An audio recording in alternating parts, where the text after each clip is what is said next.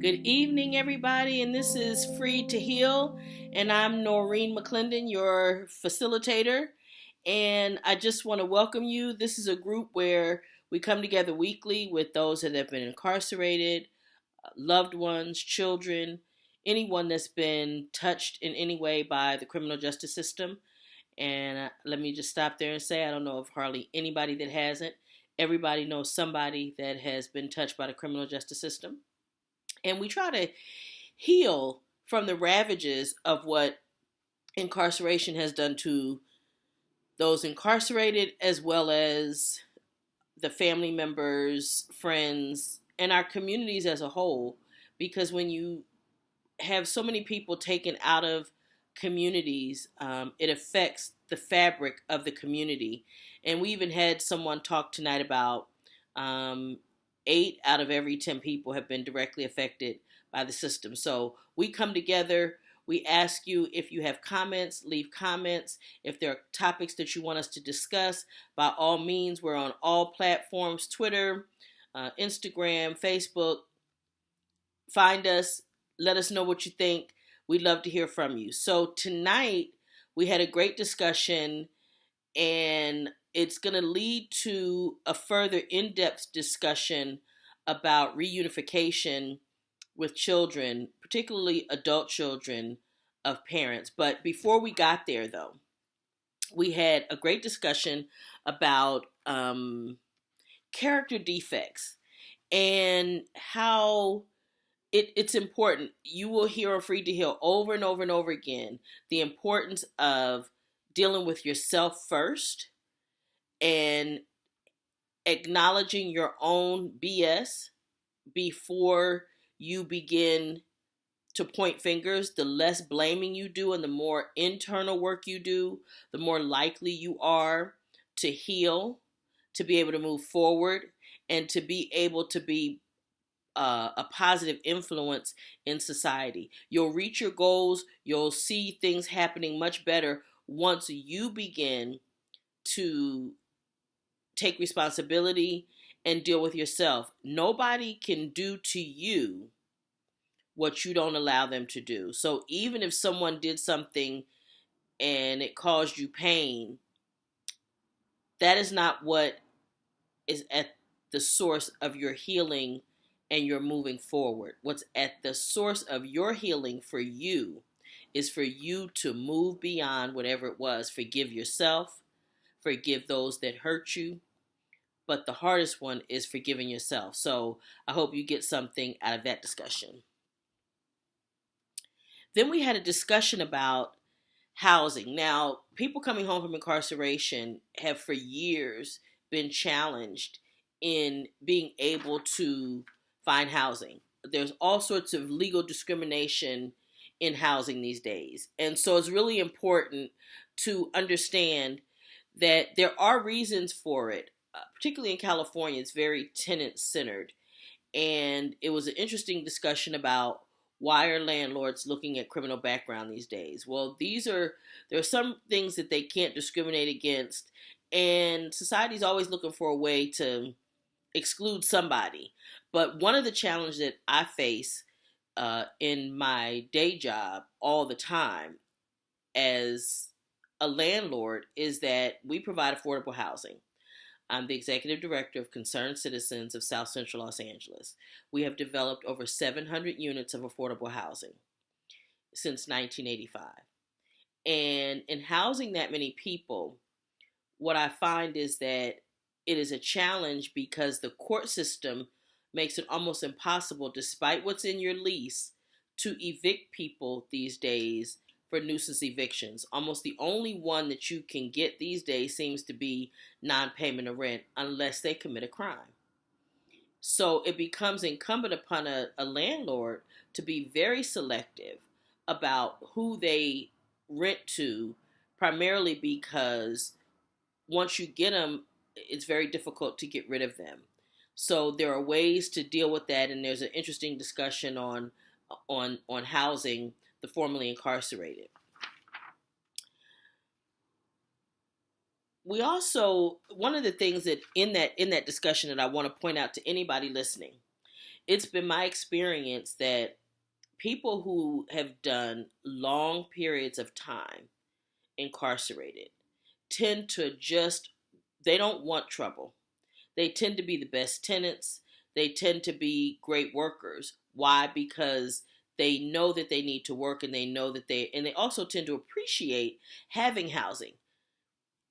When it's difficult to obtain something, once you get it, it's more appreciated than if it was easily attained. So I have found, just for anybody considering people who have criminal backgrounds, even murders, if they've done a long period of time for that, those are not the same people that went in, the same person that committed that crime or did those things. And it's not to say that everybody comes out rehabilitated and all better. But I have just found in my experience in working with this population for many years is that those people that did really long periods of time of incarceration are not looking for any trouble. They want to just be able to live their lives and be productive and move forward. So that is something to consider as well. Another issue that came up was, which I find very interesting, it's the first time I've ever heard anybody say it this way, is that when people come home from incarceration that have done a long period of time, they are as afraid of society as society is of them. Did it ever occur to you that the way that you get down may frighten a person who's been incarcerated for a long period of time? I bet it hasn't, but it's the truth. They have fear of society and how people function today because, again, they don't want to go back. They don't want to deal with it. So I think that that is also a very interesting thing that I had never heard before, but it makes sense. And I want people to realize people coming home from incarceration are people. They're human beings. And they have fears and hurt and pain just like the rest of us do. There was a great discussion about the fact that society teaches children and loved ones to be afraid of the person that's been incarcerated. And so we're expected to be afraid of you. We're expected to mistrust, is the word that was used. We're expected and trained to mistrust you. And because, particularly with people who had addiction issues, where society has already acknowledged that relapse is a part of healing from addiction. Well, people that have done that, their children, their behavior when they relapse, it reinforces society's myth that you have to be afraid of these people, that these people can't be trusted.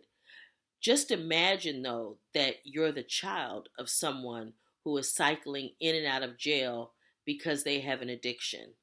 And particularly in minority communities, poor minority communities, addiction to crack and things was never looked at as a public health issue or as opioid addiction has become over the past, few years. So that has always been criminalized, and criminals are to be punished and mistrusted. And that discussion, think about that if your parent is the one who is cycling in and out, and society, along with their behavior, is reinforcing, I cannot trust my parent. What does that do to the mentality of a child? Those things, those are scars and things that we have to heal from. And this is why we come together every week at Free to Heal, so that we can heal from those things, because we know that the system is not always right. Just because everybody goes along with it doesn't mean that it was right from the beginning. Another highlight was, and we've talked about this before, when you come home in reunification with children, particularly adult children, they're going to speak to you from the place of their pain. The pain that they feel abandoned, the pain from whatever your absence caused, whether it was going into foster care, going into the home of someone who didn't treat them well. We know that it can create circumstances of sexual abuse, child abuse, and all sorts of things when parents are taken out of their children's lives. And so we understand that those things will, each child is going to heal at a different rate. And it's all individual, okay? No two children are going to heal exactly the same. Each child has had their own individual experience. And when they speak to you of their pain, understand it's pain that's speaking. And the best advice that I've heard is don't clap back and don't try to defend it. Just listen and take it and allow them to get it out, because being able to discuss it with you as the person that they believe caused their pain is the best way for them to begin to heal. But we've talked about that before, the importance of not trying to clap back at your kids and not trying to defend what happened, while at the same time being very careful not to allow children, grown or otherwise, to use the fact that you were incarcerated as a hammer over your head and manipulate you using that, because children will do that as well. The only time you're of any use to me is when I'm buying you, doing for you, and so forth. And that's not right either. So there's that balance between letting them have their and express their pain and not allowing them to manipulate you and mistreat you and disrespect you because you made a mistake in your life. Because let's face it, we're all going to make mistakes. Every one of us is going to make a mistake.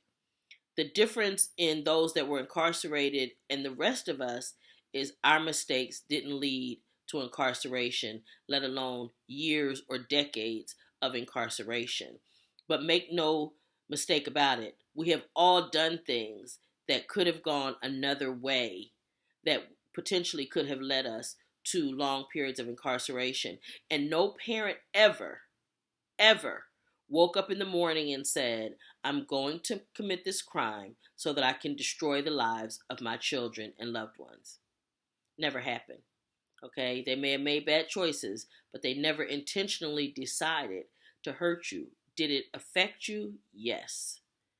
Was it direct impact? Yes. But it was never intended with you to harm you or ruin your life. That was never the intention. Okay? Another great discussion tonight, and we had, as you can see, we had great topics, but one thing that I thought was really important is utilize the system. The system, it has things in place. There are ways that you can rehabilitate yourself, but you have to do it. The system isn't going to rehabilitate you, but they will provide tools if you want to that will allow you to rehabilitate yourself. And you're going to have to do the work, but it's okay. But utilize the things that they do provide to get where you're trying to go. Don't hesitate to utilize those tools that are available to you at this point, because you have been incarcerated. And another thing that was great discussion about one gentleman who didn't have parents growing up, was in foster care. He wasn't told a lot that he was loved, but he found a church and the people have cared for him. And what's great about that is just to say that there are people in society that do care. There are still caring people, people that will help, people that will embrace you, people that will love on you. We, in fact, our group, tonight, we had to say a little special shout out to a guy who comes to the group often, and he's had a surgery and he's just not in good health, and so we all feel the loss. And this is not a family member. This is someone that we have embraced. And I say that to say that there will be somebody that will embrace you as well. Remember this though, you have to embrace yourself first, and you have to think that people will before you'll actually see it manifested. You cannot walk around believing and having a chip on your shoulder and believing that the whole world is against you. Otherwise, that's what you're going to attract to you. You will see things around you that will solidify your myth or your theory, the same way that the system says you can't trust people that were incarcerated and addicts' behavior, or people going in and out of the system for petty crimes. It reinforced that myth. Well, guess what? If you keep walking around believing that the world is against you and nobody will care for you, the universe will line up to meet your belief. Okay? The universe will show you exactly what you believe in. And I think this will be the last one for tonight. And this is something I think that most people don't realize. And we never think about it. When you come home from incarceration, nobody knows that you've been to prison. Now, there are going to be people, there will be behavior, particularly when you come home and you're fresh out, as they would say. There may be behavior that a person who's been incarcerated sees that will give them an indication that you have been incarcerated. But the average person on the street, as the gentleman says in our session, nobody's walking around with a tattoo on that says, I've been to prison. So nobody knows. You get the opportunity to present yourself how you choose to present yourself or how you want the world to see you. And it also gives you an opportunity. This is a time, I've said this before, to reinvent yourself. This is when you can create the person that you want to be. This is the opportunity. While it's a challenge, also look at it as an opportunity to have a new life, to live a new way, and to be free. And with that, we want you to be freed from the prisons that you have created for yourself in your mind, in your heart, those things that you believe about yourself that have never been true, those things that society would have you to believe that have never been true. We want you to get past those things and be blessed and freed, truly freed from anything that is going to keep you incarcerated in your heart, mind, and soul.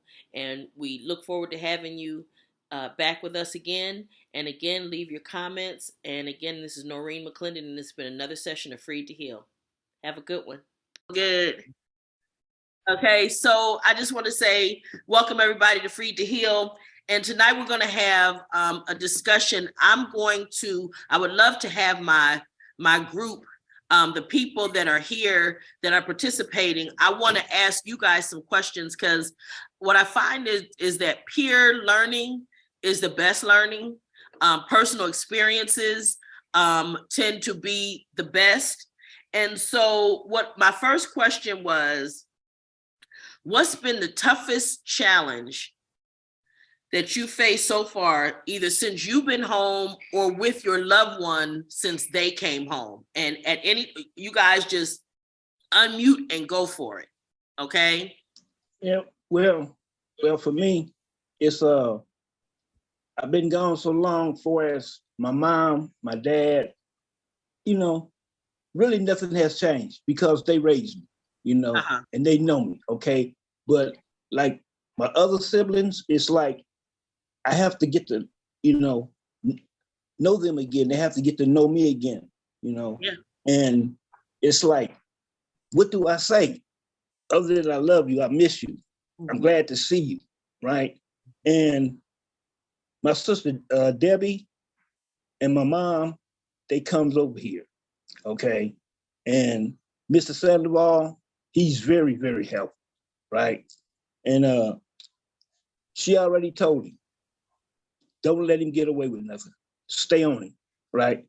And he's real caring. He's really helpful. I mean, if he's not busy with his schoolwork, come on, Henry, I'm gonna take you shopping. I'm gonna show you how to use your debit card, your EBT card, right? I'm gonna show you the right things to eat.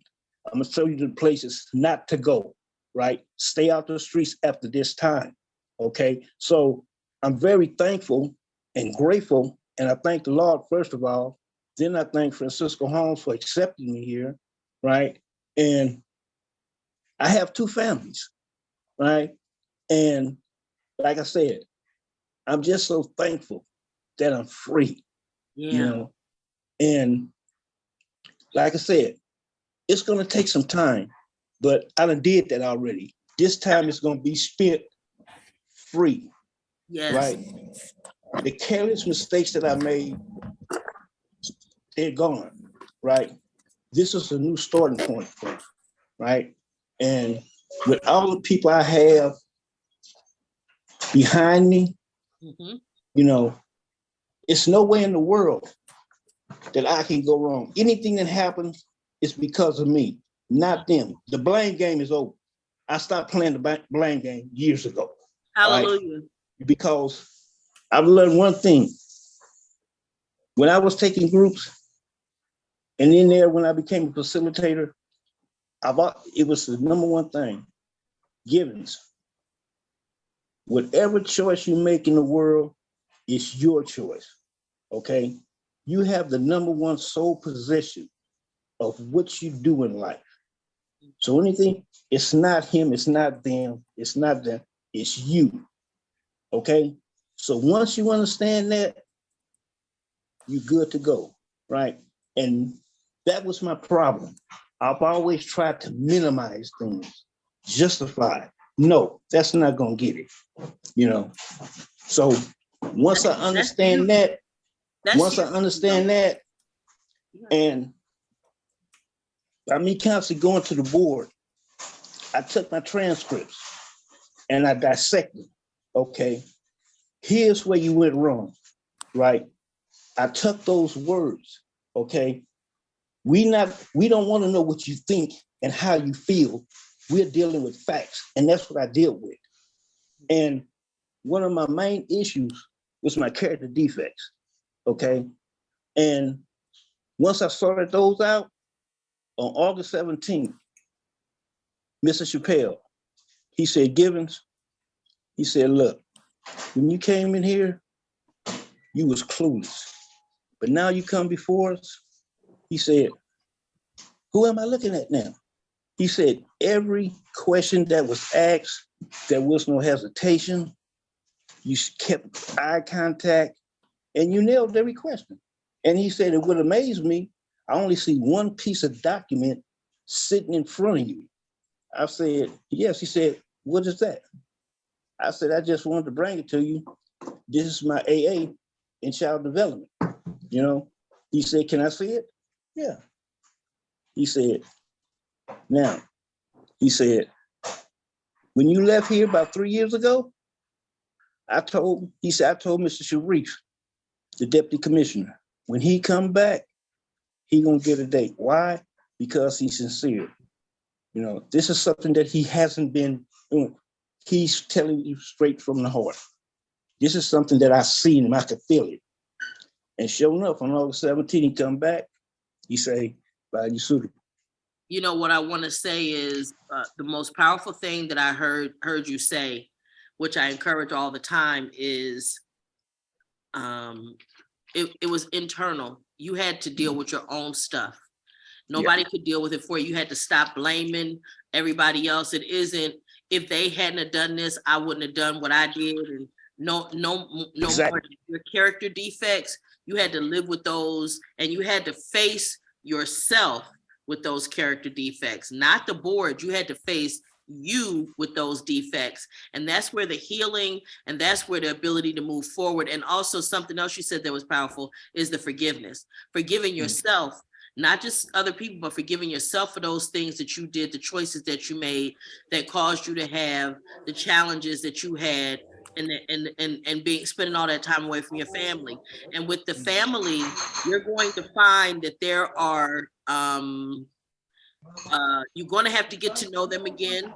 They're going to have to get to know you, because the person that went into incarceration is not the person that came out of incarceration. Exactly. They're two different people. And so it's just a matter of understanding that they're different people, and now they have to get to know that person. And you now, believe it or not, are going to have to figure out who you are on this side of the wall. Right. Because that's different even than the person that was going to the groups and learning why you were incarcerated. That was a different universe, all of its own. It had its own language and all of those things. So now it's a matter of, who are you now? Right. This is what you'll get to learn. And it's wonderful because you do have the support system that you have around you. And this is one of those places and those forums that you can come to that will help you when you have questions about things, where you can just put it out there with no fear of being judged, or worse than that, nobody understanding what the heck you're talking about. Because these are people that understand and have been through it. As you can see, we got people been out all lengths of time. And so they will understand what you've been through and what it's been like to be you. So I'm glad that you shared that. Anybody else want to share what the toughest challenge that you faced since you've been home, or since your loved one came? I will. Hey, Noreen, I will. Okay, go ahead. Can I say something real quick? Sure. I only have 4% on this tablet. So I'm not gonna borrow no money. I'm not gonna borrow no money, Rufus. No, that's what's up. That's what's up. But it's gonna cut off. So that's all I want to say. You know, because I don't think I have enough time to comment on anything. But it's gonna cut off in a minute. So okay. Y'all have a good night if it cut off. Okay, wonderful. And be well, be safe. Can you use my line? Noreen. All right. Noreen. Huh? No, He did. I He think used your line, Carlos.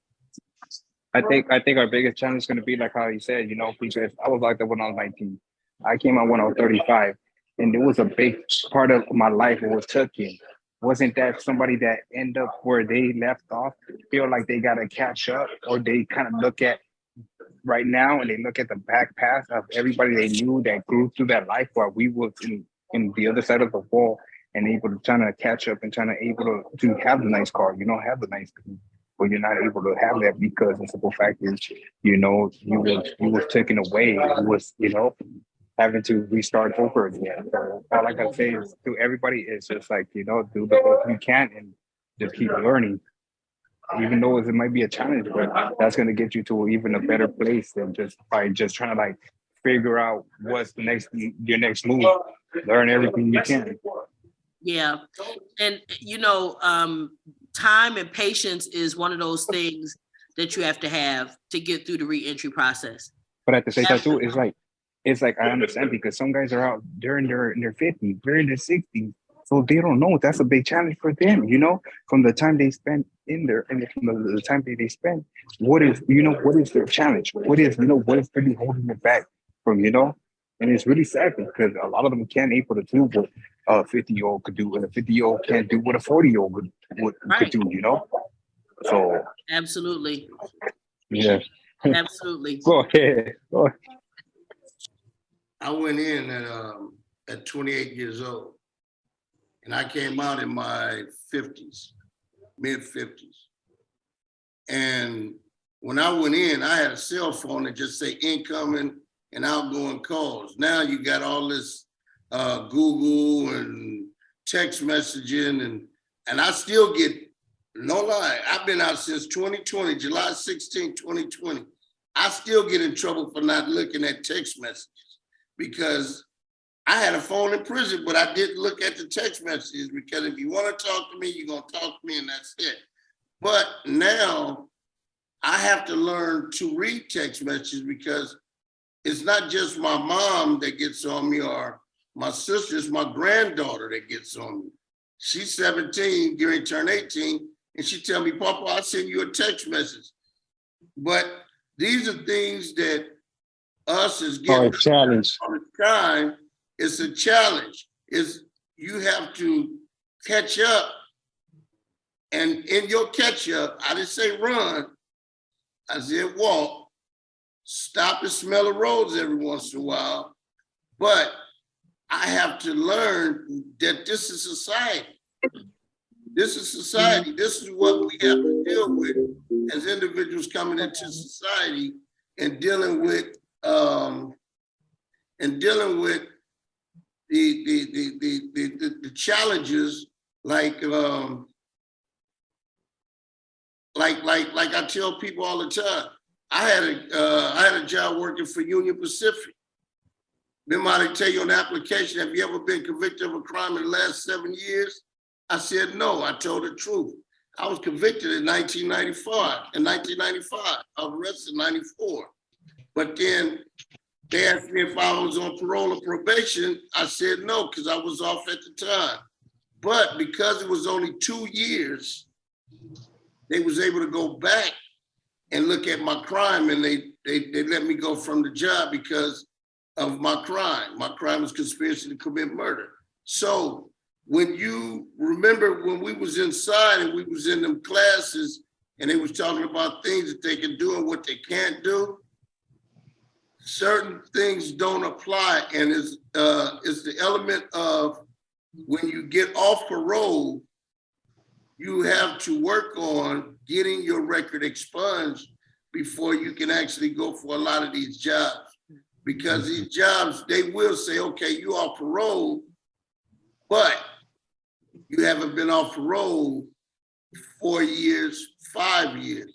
CR England Trucking Company, they won't hire you if you just got off parole. They won't hire you for 4 years off parole. Swift won't hire you for 3 years off parole. CRST won't hire you unless you got 4 years off parole. So you have to look at, even though we did long, extensive time, they still have a period of when you got off parole that counts. Well, and one of the things is the system is, just be clear, is not designed to make it easy for you guys to reintegrate.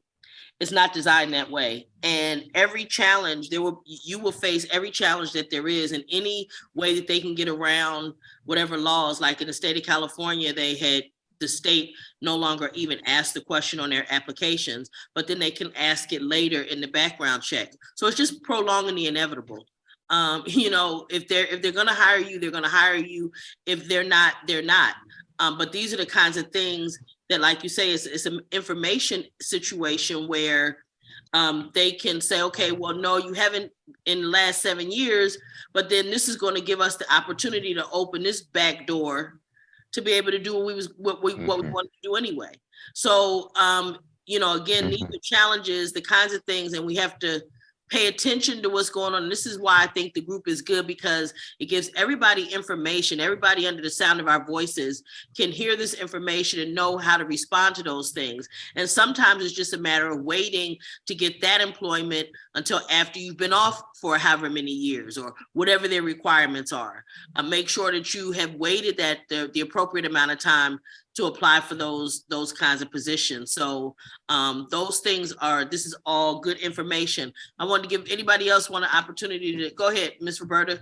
Also, they're now asking, I don't know if they always did, when I filled out the application to move, they are asking about your criminal background. I didn't understand that. I still don't understand. What does my criminal background have to do with me moving? I thought it was about evictions. So I can, as a landlord, I can tell you part of the challenge. The court system has become very tenant-centered, so that it's almost impossible to get evictions for anything other than non-payment of rent. So once we take a tenant in, then we're almost stuck with them unless they commit a crime or they don't pay the rent. And that can be problematic. That can be very problematic because you wind up with people that you don't necessarily want. And like I say, a nuisance eviction is almost impossible to get anymore. So now I'm sure people are trying to be much more selective about who they're actually taking as tenants. Where in the past, if somebody's acting out, you just evict them and keep moving. It's not that simple anymore. Now, I only have one building that actually requires me to do a criminal background check, and that's our senior building. But again, I'm not pressing on for years and years and years to go back. Whatever comes up is whatever comes up. But there's a reason. I understand why. Because again, when I'm putting you in housing, particularly if it's duplex or anything from a duplex up, if it's not a single family home, I'm potentially putting my other tenants in jeopardy, depending on criminal background and, you know, that kind of thing. Now, a lot of people don't know that people who've done long periods of time of incarceration, they're not trying to go back to prison, right? And they don't understand that they're probably going to be the better tenants you ever want to have, because they're not trying to bring no smoke. They don't want that smoke. They don't want none of that. They just want to have a place to stay and be done with it. So, yeah. My other challenge is just still, after 9 years, still trying to find my place with my adult children. That's still a challenge for me. And so I deal with Tony. Okay. You know, and Latanya, she be having her feedback for me as well. Cheryl as well. But I don't know my place. So I'm ready to chime in right there. As I was sitting and listening to everyone, and even you know, going to work at a new way of life, having to clean out my office at AT&T, I ran across some papers that I had written when I was first asked to start speaking. So I have some stuff that dates back to 2002, where I started breaking things down.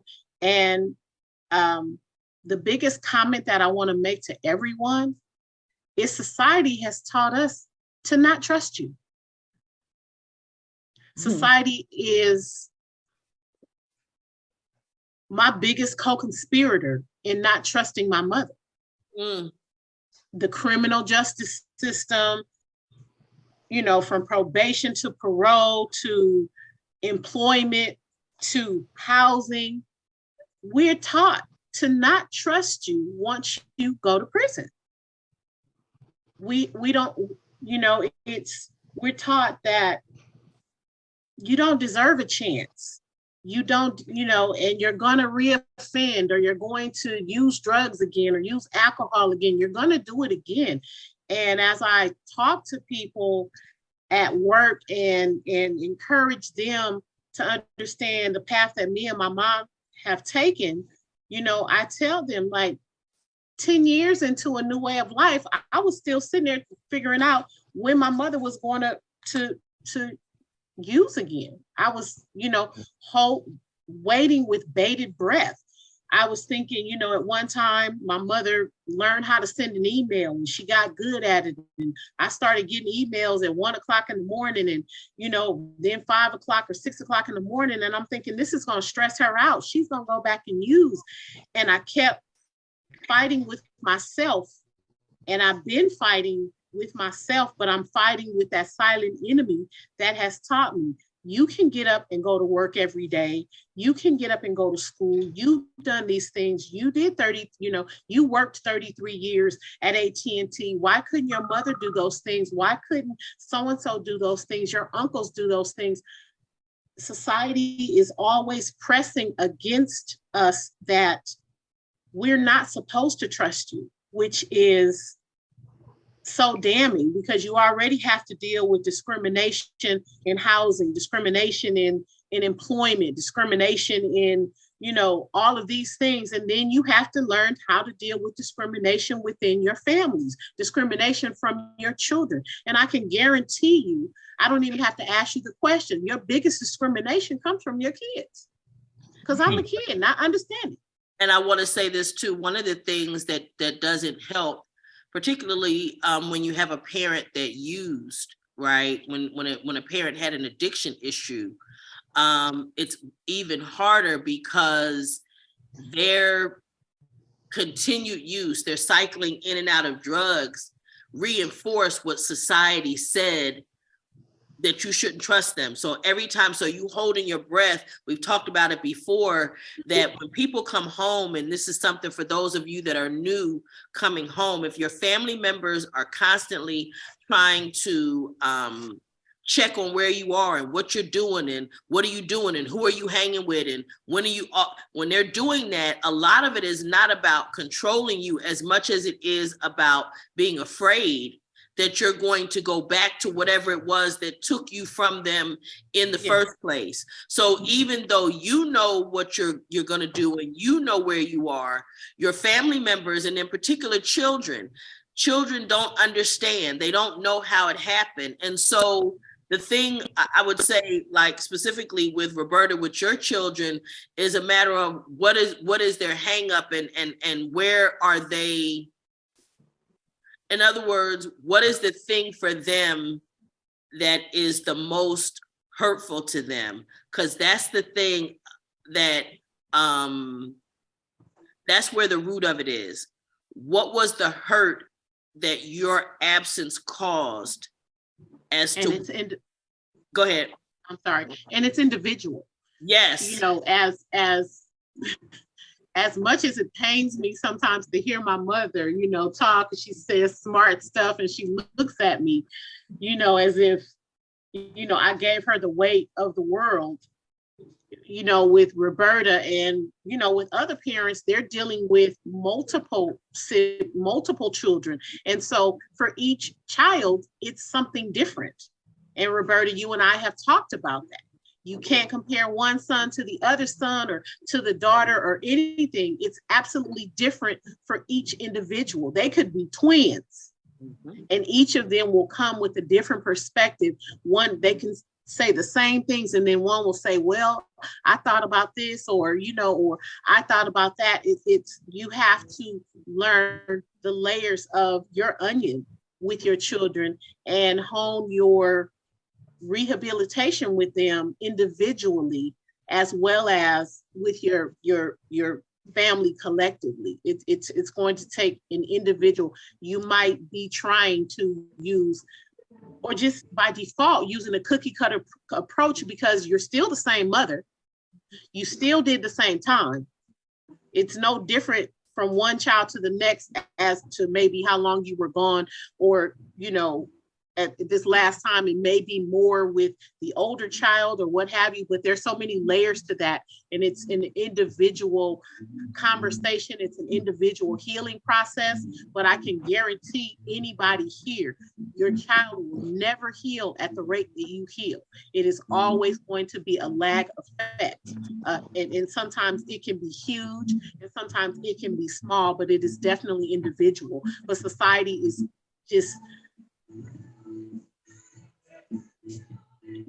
just always teaching us that you don't matter, that we should throw you away. You know, look what you did to us.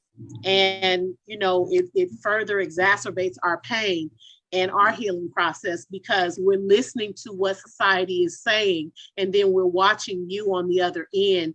You know, if you went to prison one time or 5 times, or it was a combination, and all of these things that are going on with us, we've listened to society. You know, what society says is really what rules, and we have to learn to fight that persona and come to the perspective that we're going to come to you as individuals. And that's where I think that healing begins.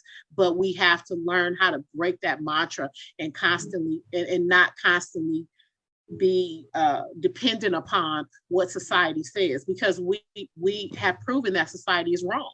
You know, a reporter asked me a question, you know, like, aren't you so proud of your mom and blah, blah, blah. And I'm like, well, shit, if my mother could have done it this year, my mother could have done it 20 years ago. It's not that I'm not proud of my mother. It's that I'm pissed that society had to put her through what they had to put her through for her to get here, because you can be great at any stage once you learn what greatness is, but society was keeping her down. Well, and it also wasn't providing her any help. I see somebody got their hand up. Go ahead, sir.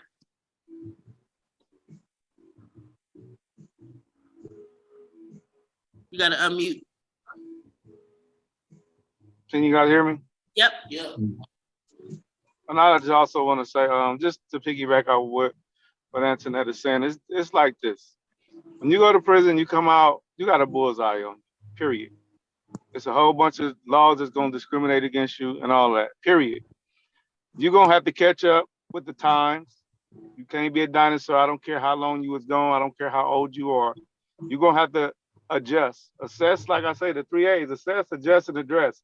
Assess what's going on with you and your life and how you change.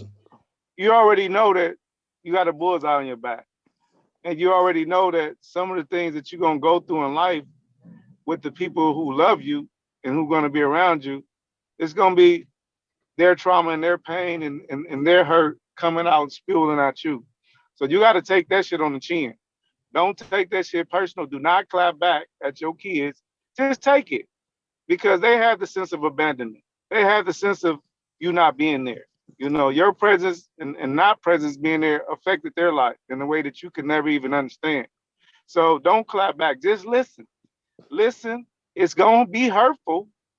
It's going to be hurtful for sure, because it's a place of pain that they're coming from and they're expressing to you. They can't express this to nobody else but you, because you're the sole person that caused their pain from you not being in their life. And just understand, with the jobs and all of that stuff, one job might not allow you, but go to the next job. Don't stop because certain jobs say we not dealing with you, because there's jobs that's going to take you right in the halfway house. It's just gonna be jobs that's gonna take you with that ankle monitor on your shit. So do not let the no's define who you are and deter you from, going forward. Because there's gonna be a lot of no's. There's gonna be a lot of closed doors. There's gonna be a lot of I can't accept you, even with the housing. But you gotta go to the next, go to the next, go to the next. Do not let a no deter you from going to get a go. You see what I'm saying? And it's gonna happen. And if you've been in prison, you used to being told no. You used to being told hell no. And you used to being told what to do by authoritative figures. So that shouldn't be hard for you to deal with. But being on the street, just know that you're up against it. Your deck of cards and your cards has been dealt to you. You gotta play what you got. Right. So I don't give a damn if you got motherfucking a whole bunch of bullshit and the motherfucker got 4 aces. You still got to play your hand and make that hand that you got into 4 aces. So that's just my comment, and that's just how I know I move out here, because I don't let nobody define what I do and what I can do and what I can't do, because just because the next person can't do it don't mean you can't do it. And just because you couldn't do it then don't mean you can't do it now, because things evolve and things in society change. And like Antoinette say, society has demonized anybody that come out of prison, but the pendulum has swung, because society sees a lot of people that come out of prison that want it, get it. They want it and they come out here and get it. Those that come out here and bullshit, pussyfoot around, play on it, and try to play on the system, them the ones that give the people coming home that want it a bad name. You know what I'm saying? And there's a lot more resources out here right now, a whole lot. So utilize these resources and understand, don't have thin skin. Don't take a lot of stuff personal. It's just the data. And like she said, they demonize anybody that come out of prison. So just stay focused and be strong, because you're going to get told some no's. You're going to get all of that stuff. One of the things that Terrell said, and I see your hand, Patrick, one of the things that Terrell said is really important is that a lot of it is the response to pain. Let's not forget what it is that you hear speaking. When people are in pain, it doesn't come out sweet and nice and kind, and just understand that may be what it is pain. And that's why he's saying don't clap back about it. But what I also want to caution you is don't let it be a tool to manipulate you either, because that will also be a thing. People will use it as a tool of manipulation to get what they want. And children learn how to manipulate their parents from the crib. Okay, they learn how to manipulate. Well, you ever see that movie, Look Who's Talking? And the baby go, wow, that worked. Wow.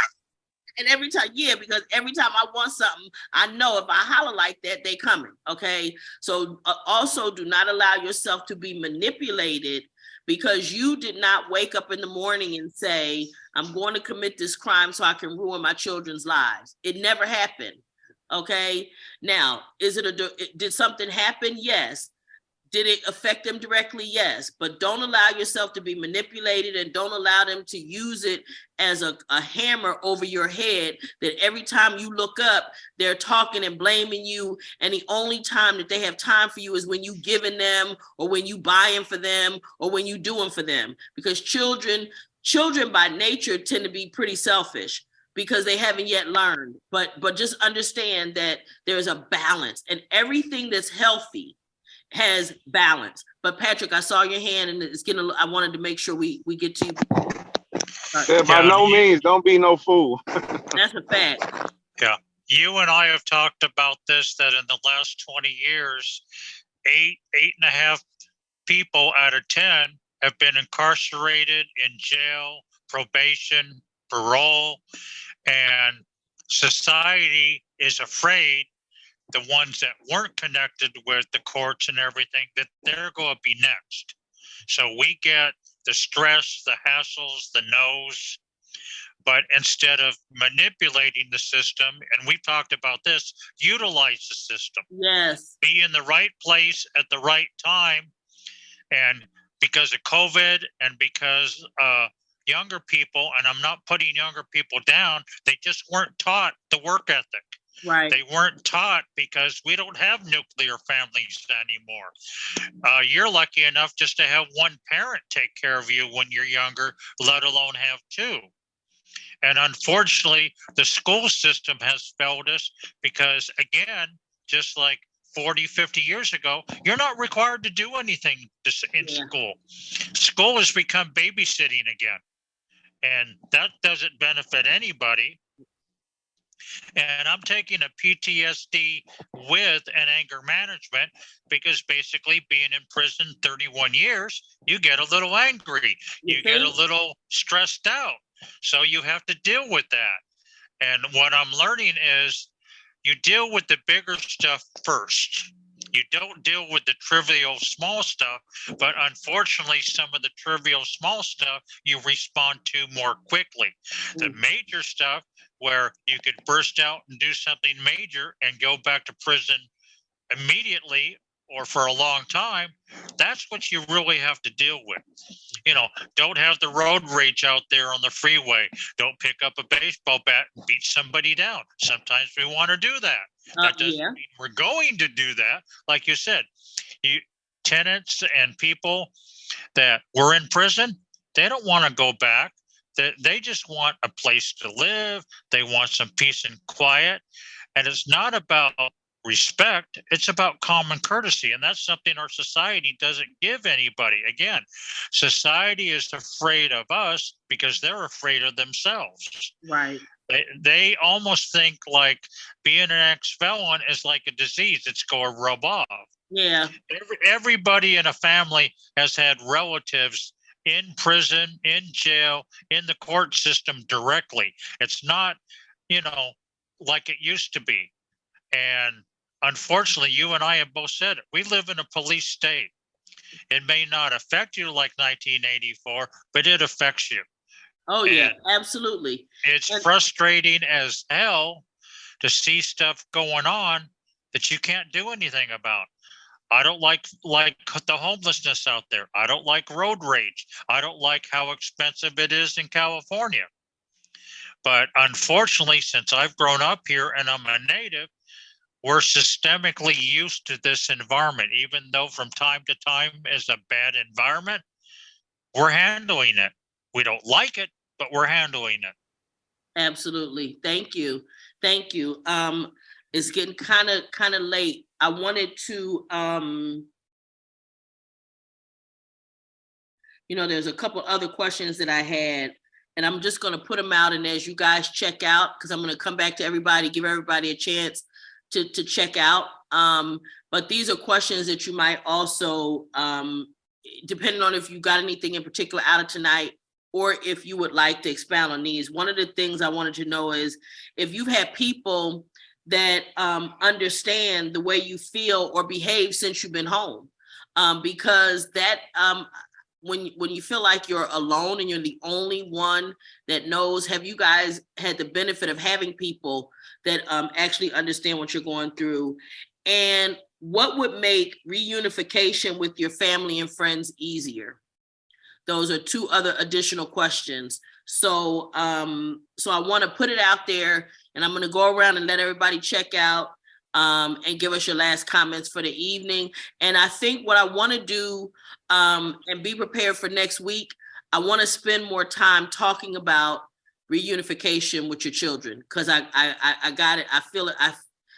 I hear it, and I know that we need to talk about that a little bit more. We didn't get a chance to go as far into it as I would have liked tonight, but next week I want us to do that. And I'm going to start with you, Mr. Givens. I'm going to ask you to unmute, and anything that you stuck out to you tonight, or whatever, any last comments that you like to make. Yeah, I'd like to answer the question that you made. All my family members, it was a surprise. And I mean, the house was crowded. You know, how you feel? I said, first and foremost, hey, I feel grateful to have y'all here. And the number one question that stuck out at me say, are you afraid? Yeah, I'm afraid. You scared? Yeah, I'm scared. What do? You take one day at a time, relax. That's what you do. We are here for you, right? Hey, it's gonna be a learning process to get to know us again. But look, hey, we're grateful that you're here. Mm-hmm. We're here to help you. Okay. We know the boundaries. Okay. Just don't overdo it. You know, I said, make a long story short, I said, but hey, I'm here and I get emotional. I'm like, what do I do? Mm-hmm. They gave you the way. Take it one day at a time, one task at a time, one goal at a time, one short-term goal, one long-term goal. You take it one day at a time and be patient with yourself and patient with the process, because it is a process. And as you know, just in the discussion tonight, you can see it's not designed for everything to work out smoothly, but that's okay though, because you've done and survived the worst part of it already. Now you're free. And that is, and then you're also at the Francisco Homes, which is for me a good thing, to me, from where I sit, a good thing, because not all of the places that you could potentially go will allow you really to be free. Right. They function like little mini prisons. So it's a good thing that that you're there, and you will have to do it on your own, but just be patient with yourself. So I'm grateful that you're here. And and hopefully you'll get something out of it and come back. Miss Latanya, I see you got your hand up. You can go ahead and unmute. Yes, just to answer your question,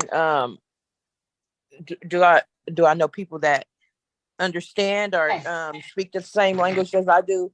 Yes, I do. And I'm so grateful to have these people in my life today.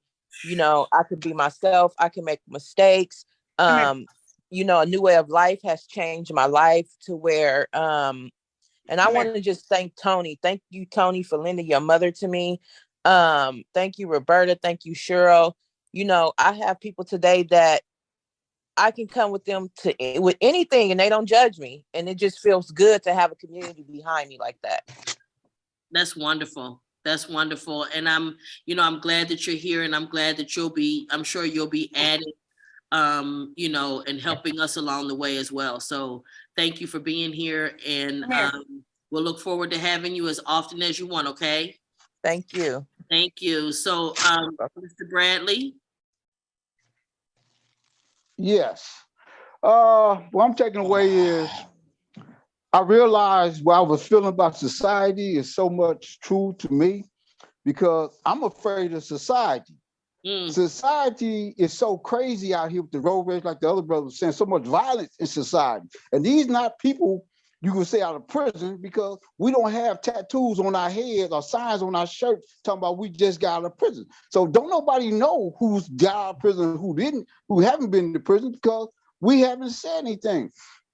I feel society is wanting somebody to blame. For history, man had always wanted to blame someone else for what they're going through. And so by me going to all these different groups to rehabilitate myself, prison didn't rehabilitate me. I went to groups to rehabilitate myself, to become a better man.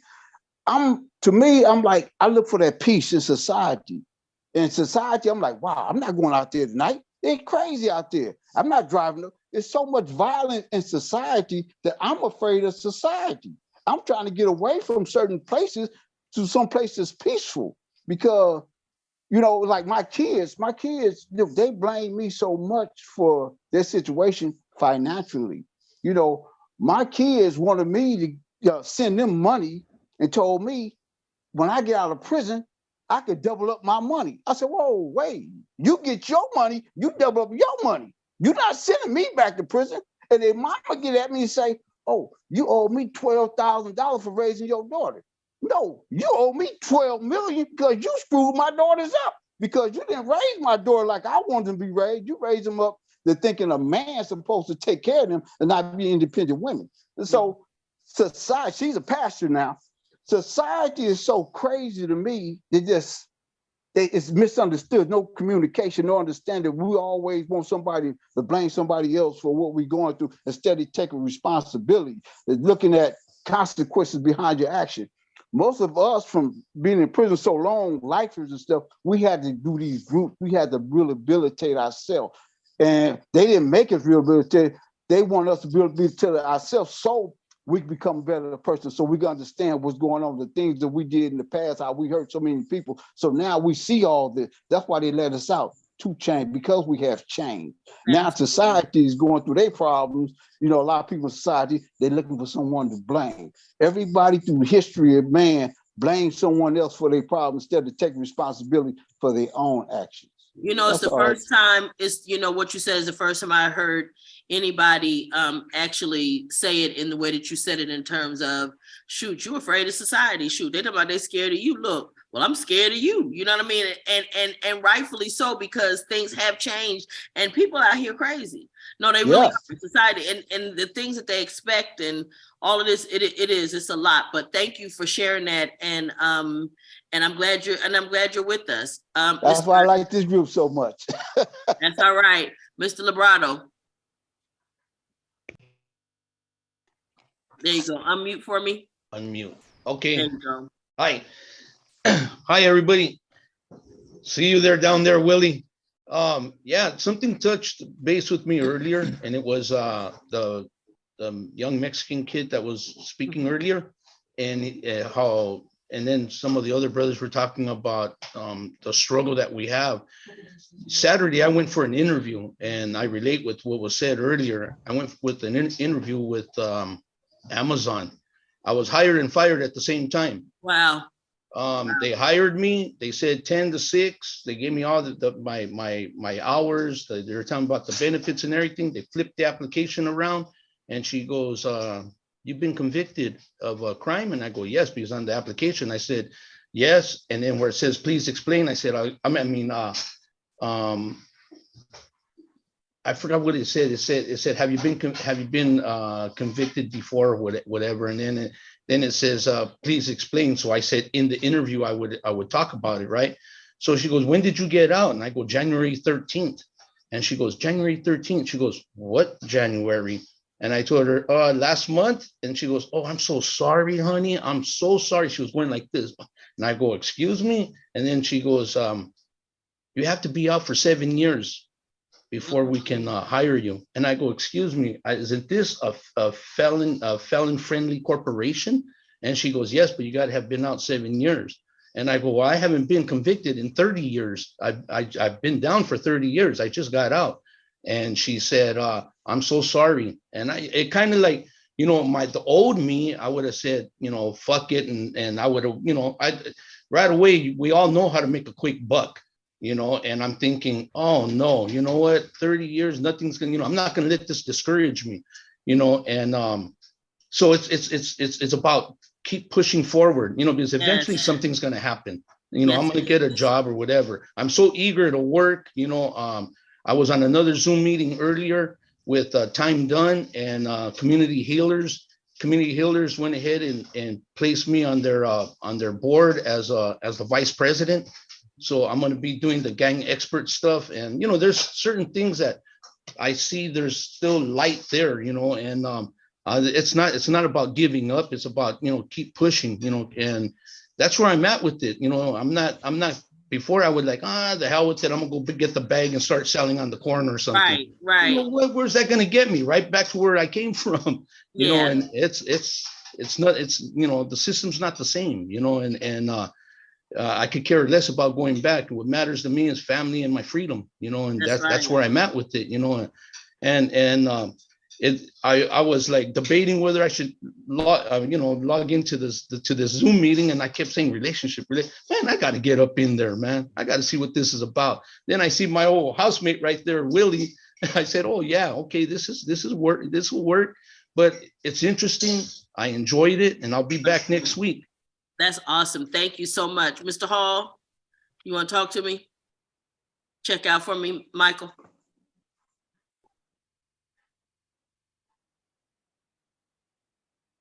Did you unmute? There you go.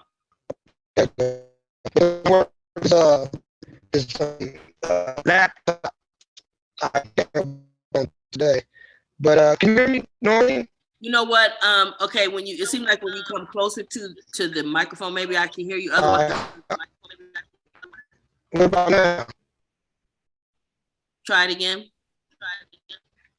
What about now? I can hear you.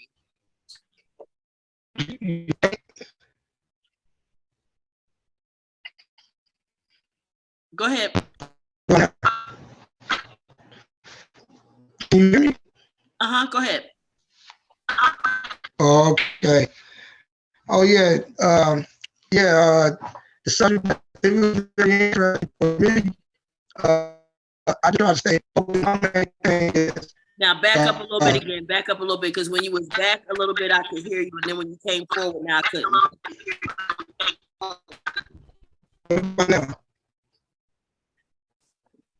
Try it again.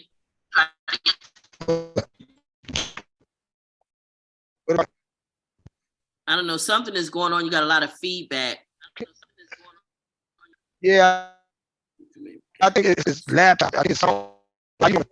You must have gadgets or something going on.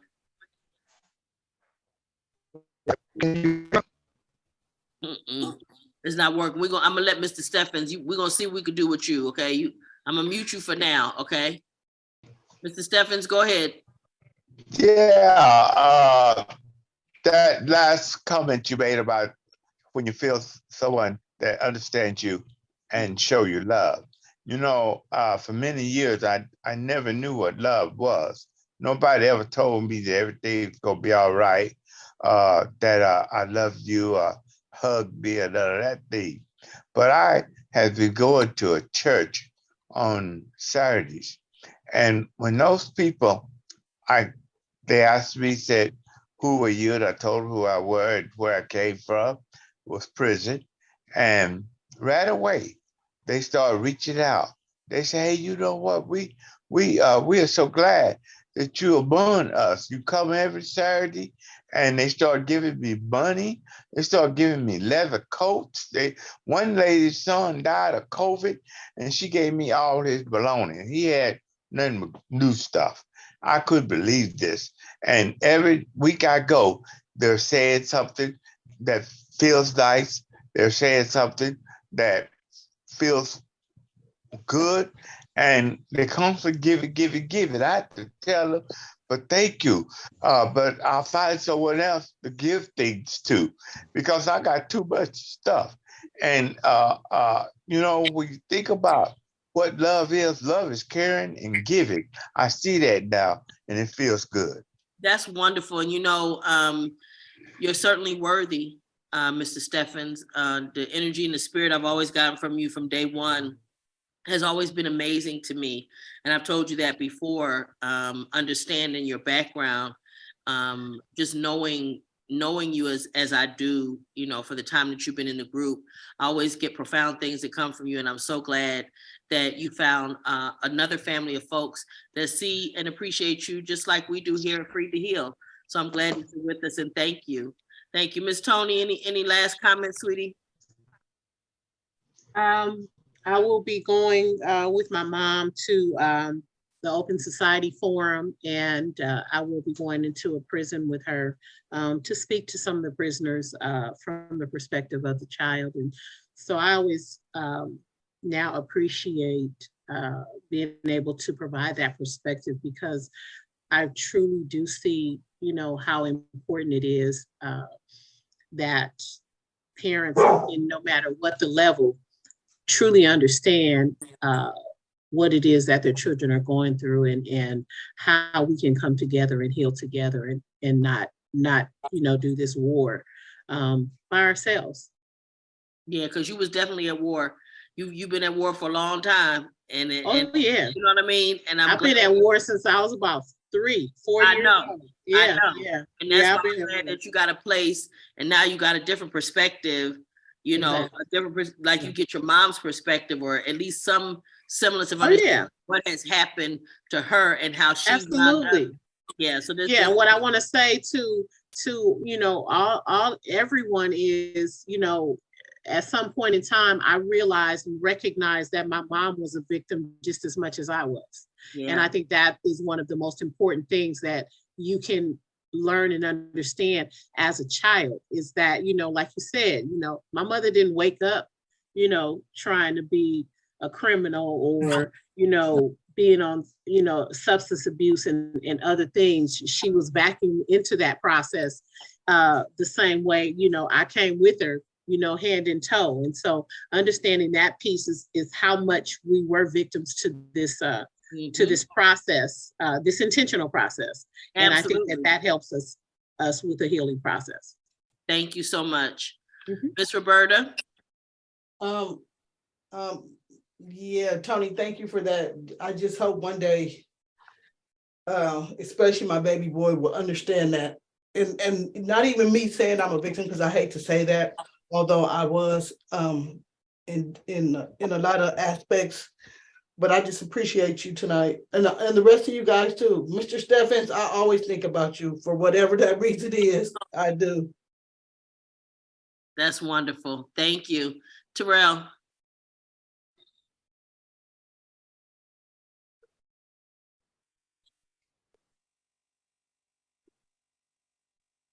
I'd just like to tell everybody to, you know, to stay focused. We all been victimized in some form or fashion. You know, this is how their grand scheme has been and how it's been designed. But we are kings and queens, and we strong, and we're gonna rise above all of the bullshit that they put us through.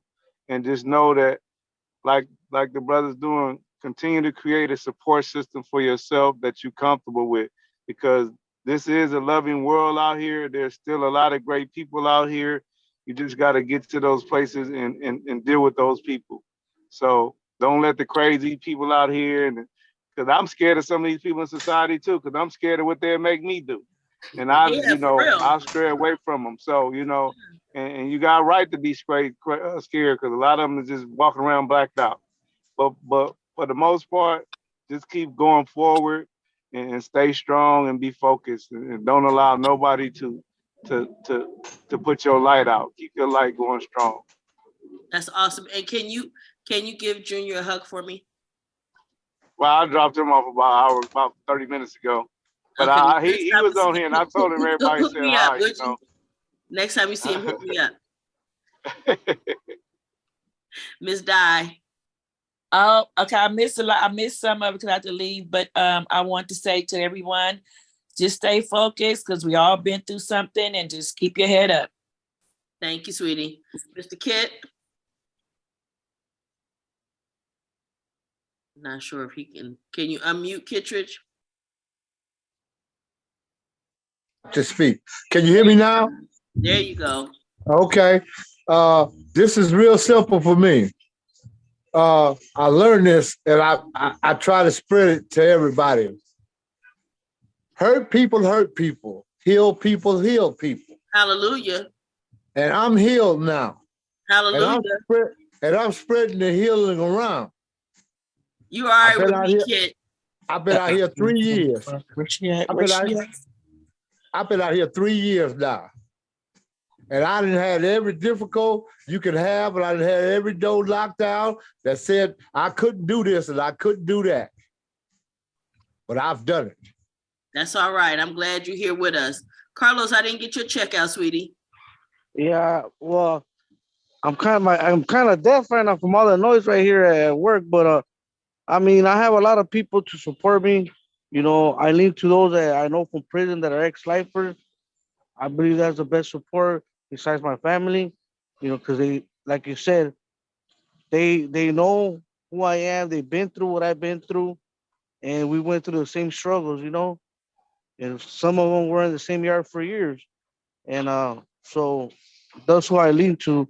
And as far as the first question that you asked us, like, I just got to a point I got tired of hearing my family always telling me, stay out of trouble, don't go here, don't go there. Like I told them, like, I know what to do. I already know what to do. I'm not a little kid no more. Just trust me. So to answer the third question, I think I still gotta continue to do what I'm doing so they can see like, okay, he got it already, you know? That's what it is. That's what it is, Carlos. It's gonna be the consistency. Let me ask you this. I just have to ask you, did you go in and out? As a juvenile, yeah. Yeah, so that's why. So you know, like as parents, you're not gonna never outgrow being a kid to your family, to the older people, right? So when they look at you, they still, even though you know you're a grown man, they still see the little juvenile who was doing stuff that they don't understand what has transpired over the 20 some years or whatever it was that you were gone. So they don't have that they don't have that insight. And again, it's the fear. And it's what they're used to. And as Tony said, their society has programmed them to believe that you're going to go back. You're not going to, because we already know they don't intend for you to rehabilitate yourself. One of the things somebody talked about that is the rehabilitation. They don't intend for you to rehabilitate yourself. It was Lionel. You got to rehabilitate yourself. Right. Whatever that's going to be, you're going to do it. Now, they have started to provide some opportunities and some tools for that, but you got to fight to get those, you know, on the inside. I mean, at CIW right now, everybody I talk to is like, why is CIW not letting any groups back in there? I mean, people are just tripping like, what is it? Why are they not? And it's like whoever the CRM is right now is refusing to let anybody in that's actually helping people. So they make it difficult. But again, it can be done because you guys have done it. I want to give you an opportunity, Miss Cheryl. Any last comments? Okay, so again, today is the day I walked out of prison 10 years ago, and I'm happy and pleased to be out. And I said the only way I'm ever going to go back is if I go in to talk, and I think is a possibility that I'll be going in with Susan to the Dublin Federal Prison in a couple months. But when I read the new Jim Crow, I understood why I was reading it while I was incarcerated and said, this is why I understand now why I had to be in prison for so many years, because it's by design. All of it's by design. Tony was talking about that. Terrell was speaking of that in a sense that for me, it's our environment and our circumstances that lead us to the place where we are. The expectation of other people to us who live in the poverty-stricken areas, they're expecting us to be a certain way. And then when we go to prison, they're expecting us to be a certain way when we come home, because prison has that connotation of that you guys are just, you went there for a reason, you must be there for a reason. That's what people always say. We had a lady one time that came and she came to church the Sunday before the week she was going to be released. And she said, I always thought people who went to prison were bad until I came here. And that's what I always tell people. When you get there, you see mothers, sisters, daughters, aunties, your neighbor, your cousin, your best friend. And that's a thing that society doesn't understand. They just think that we're actually pariah to the society because we've done something wrong. And it's not always true, because like I said, the chaplain, when I worked in Dublin, said, just because you make a bad choice doesn't make you a bad person. And that is so incredibly important and powerful, because people can say, they can always say, I can guarantee you I'm not going to commit a crime, but you can't guarantee you won't be convicted of one. Yeah. And that's two totally different things. You can be innocent and still wind up incarcerated. So it's important for people to realize that. James, any last comments?